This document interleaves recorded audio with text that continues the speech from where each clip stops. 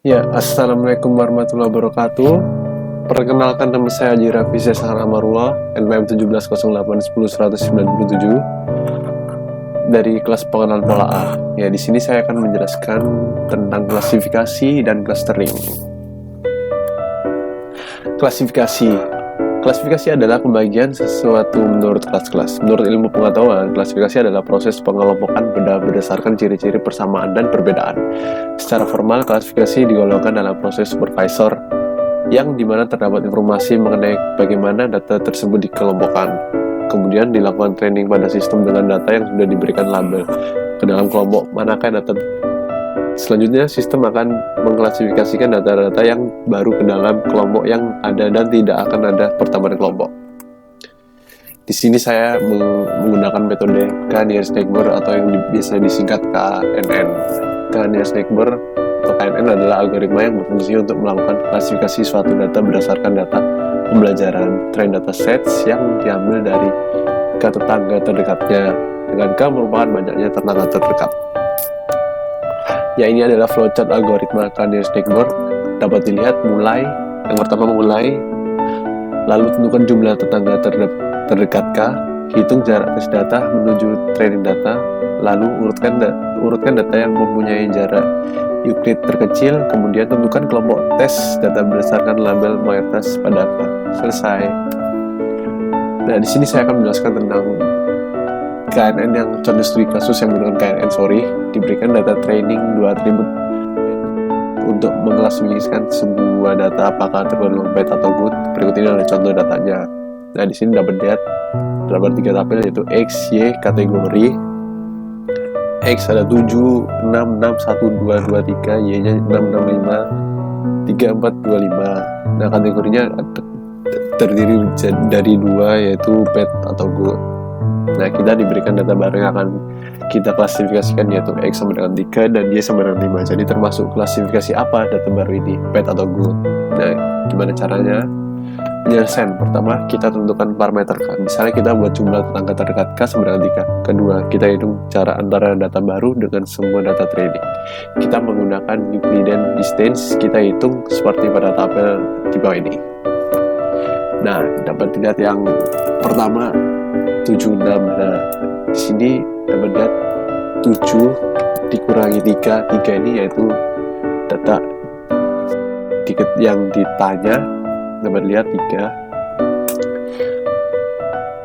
Lalu hasilnya dikuadratin dan ditambah 6, Y-nya 6 dikurangi Y yang ditanya yaitu 5. Hasilnya dikuadratin. Nah, sama dengan 4 kuadrat plus 1 kuadrat, yang hasilnya sama dengan 17, lalu diakarin, hasilnya 4,12. Dan bawahnya juga sama seperti cara yang pertama. Dan ketiga, kita urutkan jarak dari data baru dengan data training dan menentukan tetangga terdekat berdasarkan jarak minimum K.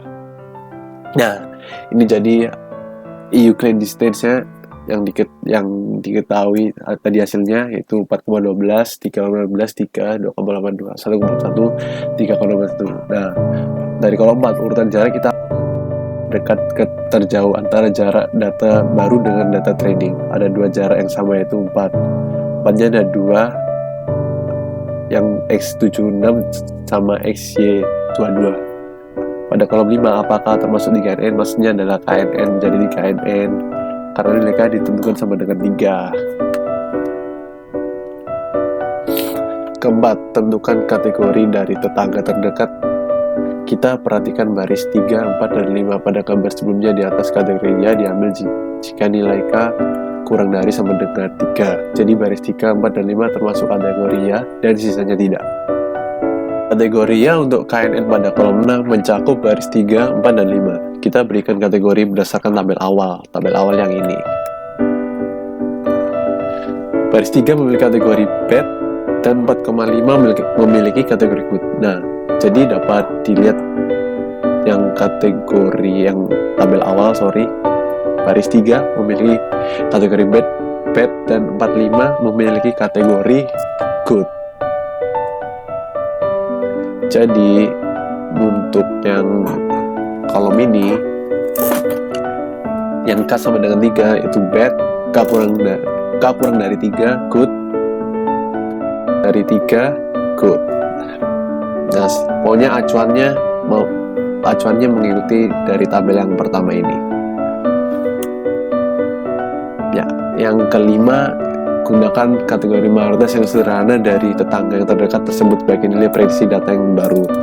Jadi untuk kategorinya dapat disimpulkan dari mayoritas banyaknya kategori yang dari ini yang kolom 6 mencakup baris 3, 4, dan 5. Jadi kan dari bad cuman 3, 4, sedangkan good 4 dan 5. Jadi yang diambil mayoritas lebih banyak, yang mayoritas yaitu good, tabel 4 dan 5.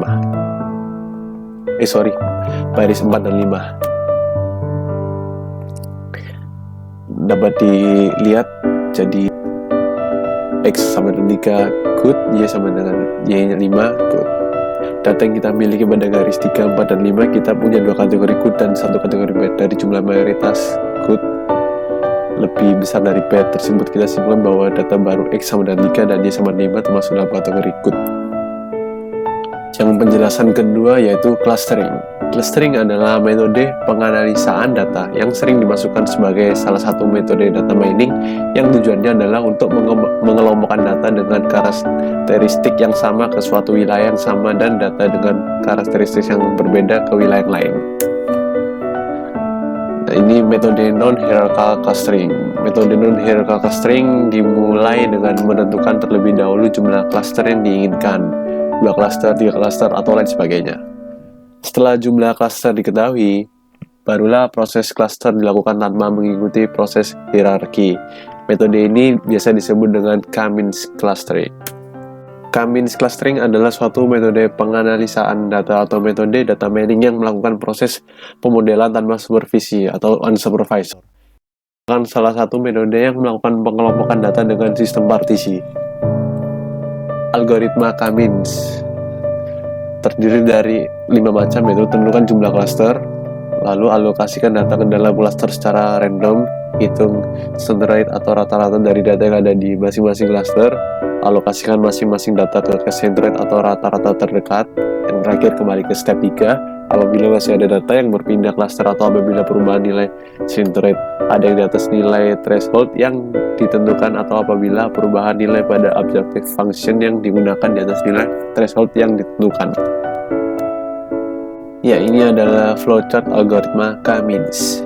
Dapat dilihat start, lalu number of cluster K, centroid, distance objects to centroid, lalu menuju clustering based on minimum distance, lalu ke no object move group, yes or no, no langsung selesai. Kalau yes, kembali lagi ke number of cluster menuju centroid. Ya, saya akan menjelaskan contoh studi kasus K-means dataset. Tabel di bawah merupakan tabel dataset dari 15 mahasiswa yang memprogramkan mata kuliah data mining. Dari 15 mahasiswa tersebut akan dikelompokkan menjadi 3 bagian, yaitu kelompok pintar, sedang, dan kurang. Dapat dilihat sendiri, ini ada 15 mahasiswa. Ya, setelah menentukan dataset, maka perlu menentukan jumlah cluster yang akan dibentuk. Adapun cluster yang akan dibentuk antara lain, yang pertama A, cluster 1 C1 pintar, yang kedua cluster 2 C2 sedang, dan yang terakhir cluster 3 C3 atau kurang, sama dengan kurang. Tetapkan C pusat cluster awal secara random dari data set slide sebelumnya terdiri 3 cluster pusat diantaranya, yaitu cluster 1 96, 93, 85, cluster 2 70, 75, 80, dan cluster 3 60, 55, 48. Alokasikan semua data atau objek ke dalam cluster terdekat. Berikut hasil dari alokasi data ke jarak cluster. Adapun hasil dari jarak ke cluster dimulai dari perhitungan dengan rumus. Nah, ini rumusnya yang ada di bawah ini. Nah, yang ini adalah contoh penerapan dari metode K-means. Dapat dilihat 89 dikurangi 96, hasilnya nanti kuadrat 2. Nah, dari mana 89 sama 96 ini? 89 adalah punyanya dari Roy yang UTS, sedangkan 96, jadi saya menjelaskan tentang ini. maaf sebelumnya belum menjelaskan. Jadi 95 klaster 1, 96, 93, 85 ini didapat dari klaster pintar yang nilai paling tinggi di sini, yaitu dari gede klaster 2 70, 75, 80, yang sedang dapat dari Iqbal, dan yang terakhir klaster 3 yang kurang 60, 55, 48 itu punyanya sebentar, punyanya Christian. Nah, untuk rumusnya, jadi punyanya Roy 89 dikurangi klaster 1 UTS 96, lalu dikuadratkan ditambah yang 90 tugas Roy dikurangi 93 yang klaster 1 tugas, lalu sama dikuadratkan 2 ditambah lagi yang UAS Roy 75 dikurangi UAS yang klaster 1 85, lalu sama juga dikuadratkan 2. Nah, ini hasilnya. Untuk ke bawah juga sama, yang dari Roy yang klaster 2 nya 89 dikurangi 70 dari ini klaster 2 UTS, lalu dikuadratkan 2 terus ditambah 90 dikurangi 75 ini tugas yang klaster 2 dikuadratkan 2 juga, lalu ditambah 75 kurangi 80 sama 80 yang ini 75 yang punyanya Roy, UAS nya Roy, 80 yang UAS klaster 2, lalu dikuadratkan 2 juga, hasilnya ini. Ke bawah sama semua, lihat D nya ini aja. Nah, di sini lakukan perhitungan tersebut sampai data ke-15. Perhitungan, maka didapat hasil seperti berikut ini. Nah, ini hasilnya semua yang tadi sudah dihitung, tapi saya tidak menjelaskan perhitungan semua. Dapat lihat Roy, hasilnya C1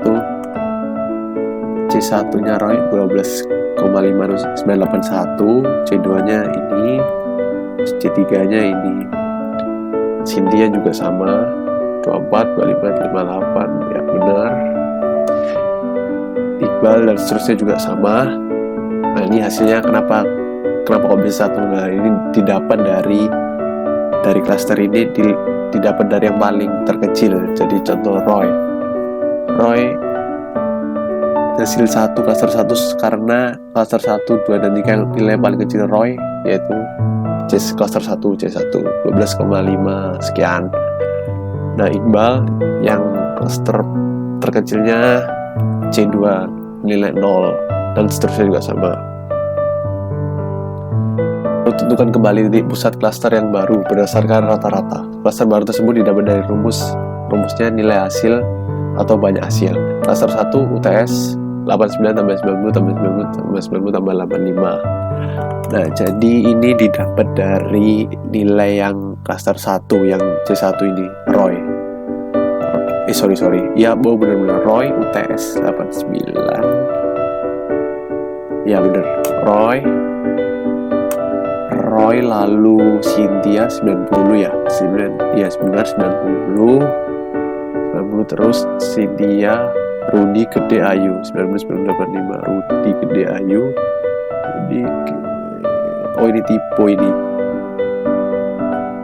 Ayu harusnya 96 ya. Gede. Oh ya.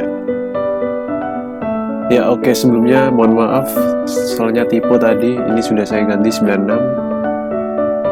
Ya, 96 punyanya Gede, lalu 85 punyanya Ayu. Ya, Ayu. Lalu hasilnya semua dibagi 5, soalnya ada 5. Jumlahnya semuanya total 5, sedangkan hasilnya 90. Nah, untuk tugas sama juga seperti yang UTS 90 ditambah 71. Ini punyanya Roy, tambah 71 tambah 71 punyanya Cynthia. Ya, punya Cynthia. 85 punyanya Rudi, lalu Gede 93, dan 90 yang terakhir punyanya Ayu. UAS juga sama seperti UTS tugas. Ya, UAS 75 punyanya Roy 75, lalu ada Cynthia 95, lalu Rudi 81, Gede 85, dan Ayu 88. Kita cek 81 lah, 95, 81, 85, 88 ya benar, lalu dibagi sama dengan 84,8 hasilnya di sini. Nah, untuk klaster 3 juga sama perjalanannya seperti klaster 1, klaster 2 contohnya aja deh, punyanya Iqbal, Mary, Hafiz, Jessica. Klaster 3 yang punyanya Dilan, Ratna, Christian, Justin, Siska, dan Pritama. Hasilnya ini semua. Nah, untuk yang ini lakukan kembali langkah 4 hingga titik pusat dari setiap klaster tidak berubah apabila hasil dapat sesuai dengan langkah keempat berikut. Jadi untuk langkah yang 4 ini, hasil dari ini semua yang klaster 1 yang terbaru ini dihitung kembali